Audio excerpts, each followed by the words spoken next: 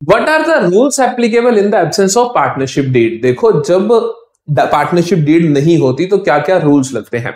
हमारा Indian partnership act कहता है कि या तो तुम डीड लिख लो, उस हिसाब से गवर्न कर लो। अगर तुम डीड नहीं लिखते हो तो तुम्हें ये सारे रूल फॉलो करने पड़ेंगे। अच्छा, अगर तुम पूरा लेक्चर देखना चाहते हो तो जल्दी से जाओ, नीचे आपको लिंक मिल जाएगा। पूरा का पूरा वन शॉट में 2 घंटे में पूरा का पूरा चैप्टर एक एक टॉपिक कवर करा हुआ है।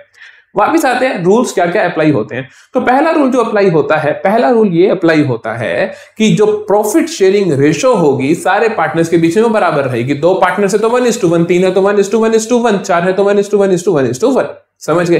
दूसरी चीज हम कहते हैं इंटरेस्ट ऑन कैपिटल। पार्टनर्स को कैपिटल पे कोई भी ब्याज नहीं मिलेगा, 0 होगा। इंटरेस्ट ऑन ड्रॉइंग्स भी 0 होगा, सैलरी कमीशन भी 0 होगी। तो तीनों चीजें जरूर 0 होंगी। कौन कौन? Interest on capital, interest on drawing, salary commission to partner. बात करते हैं इंटरेस्ट ऑन लोन की। अगर पार्टनर ने फर्म को लोन दिया है तो फर्म उसके ऊपर 6% पर एनम के हिसाब से ब्याज देगी।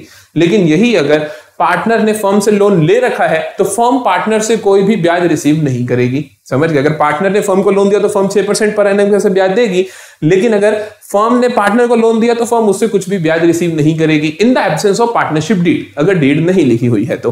लास्ट बात आती है एडमिशन ऑफ न्यू पार्टनर। एक नए पार्टनर का एडमिशन कब होगा? एक नया पार्टनर तभी एडमिट कर सकते हो जब पुराने सभी पार्टनर्स अग्री हो। अगर पुरानी फर्म में 40 पार्टनर्स हैं, एक नया पार्टनर आना चाहता है तो 40 के 40 को एग्री होना पड़ेगा। ऐसा नहीं हो सकता कि 39 भी एग्री हो गए तो नया पार्टनर नहीं आ पाएगा। तो ये सारी बातें एप्लीकेबल होती हैं अगर पार्टनरशिप डीड किसी बिजनेस के पास